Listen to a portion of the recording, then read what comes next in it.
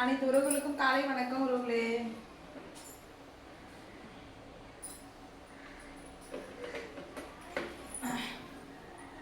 என்னோட உறவுகள் எல்லாமே என்ன பண்றீங்க? நல்லா இருக்கீங்களா? சாப்பிட்டீங்களா? இன்னைக்கு என்ன உறவுகளே உங்க வீட்டுல சாப்பாடு?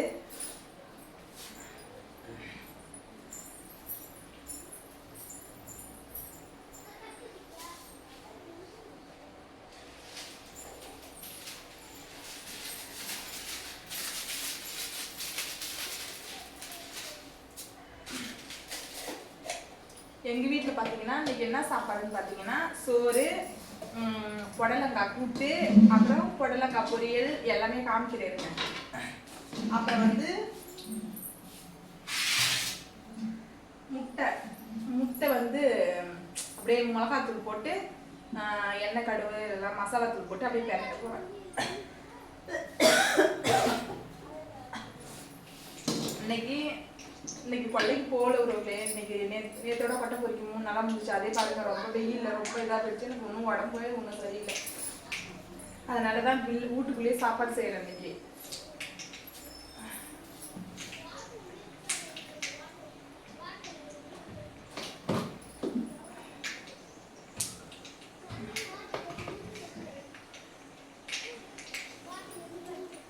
உங்க வீட்டுல என்ன சாப்பாடுங்கிறத மறக்காத கமெண்ட்ல சொல்லுங்க. இந்த மண் சட்டி அடுப்புல வச்சது ரொம்ப புகையுது.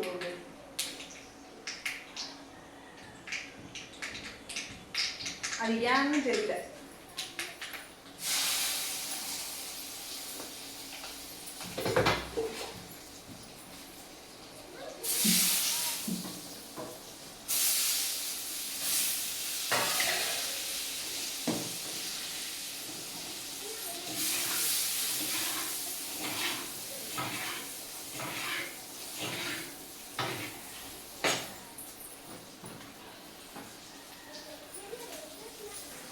அவ்வளவுதான்.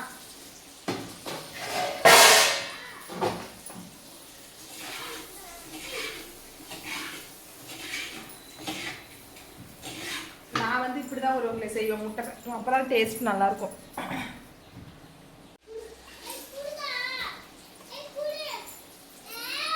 அதுக்கப்புறம் கொஞ்சமா கருவேப்பிலை,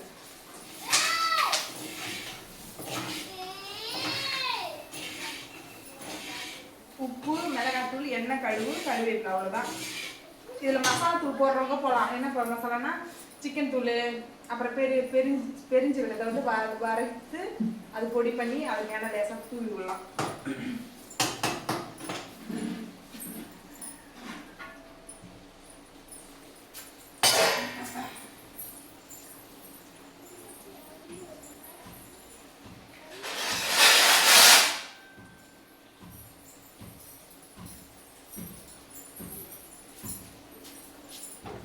புடலங்காய் கூட்டு வந்து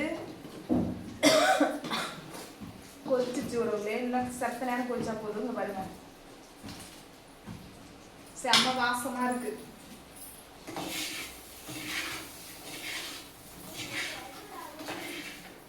உங்களுக்கு நான் இன்னைக்கு காமிக்கிறேன், கிட்ட காமிக்கிறேன் உங்களுக்கு. இங்க பாருங்க,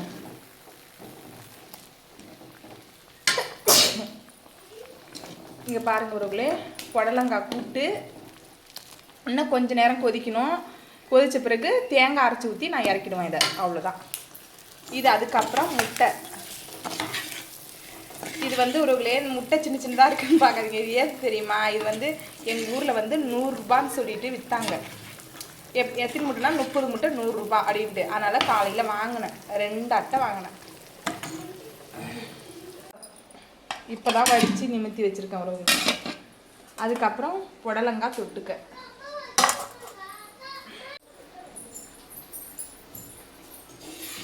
எங்கள் வீட்டில் இன்னைக்கு காலையில் என்ன சாப்பாடுங்கிறத நான் காமிச்சிட்டேன் உறவுகளே. உங்கள் வீட்டில் என்ன சாப்பாடுங்கிறத மறக்காத கமெண்ட்ல சொல்லுங்க. வாங்க உறவுகளே, நீங்களும் சாப்பிடலாம் வாங்க.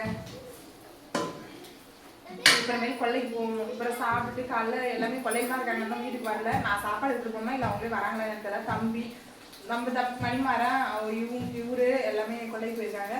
நீங்கள் அப்போ வருவாங்க தெரியல. ஒருவேளை நான் சாப்பாடு எடுத்துகிட்டு போகணுமா இல்லை அவங்களே வராங்களா என்னங்கிறது தெரியல. ஆனால் இன்னைக்கு மிஷினி கொட்டை பொறுக்கிற வேலை கிடையாது. இன்னைக்கு வந்து இப்போ கோழி கொட்டை வேலை தான். அது கோழி வந்து 30 நாள் 35 நாளுக்கு மேலே ஆகிப்போச்சு. இன்னும் ஏற்கவே இல்லை உறவுகளே. எப்போ ஏற்றுவாங்கன்னு தெரியல. இப்போ இவ்வளோ நாளாக கூட கோழியை வந்து நாங்கள் காந்து பண்ணிட்டோம். இனிமேல் வந்து நேற்றுக்கே 10 கோழி செத்து போச்சுட்டாரு. இன்னைக்கு 10 கோழி செத்து போச்சுட்டாரு. ஏன்னா அந்த வெய்யை வந்து தாங்கலை. பிரால் கோழி வந்து வெய்யை தாங்கலை. அதனால கோழி இழப்பு வந்து அதிகமாக இருக்குது. சீக்கிரம் பிடிச்சிட்டா நல்லது. என்ன பண்ணுறதுன்னு தெரியல உறவுகளே. ஓகே உறவுகளே, உங்ககிட்ட ஷேர் பண்ணணும்னு நினைச்சேன், ஷேர் பண்ணிக்கிட்டேன். ஓகே உறவுகளே, உங்ககிட்ட ஷேர் பண்ணணும்னு நினைச்சேன், ஷேர் பண்ணிக்கிட்டேன்.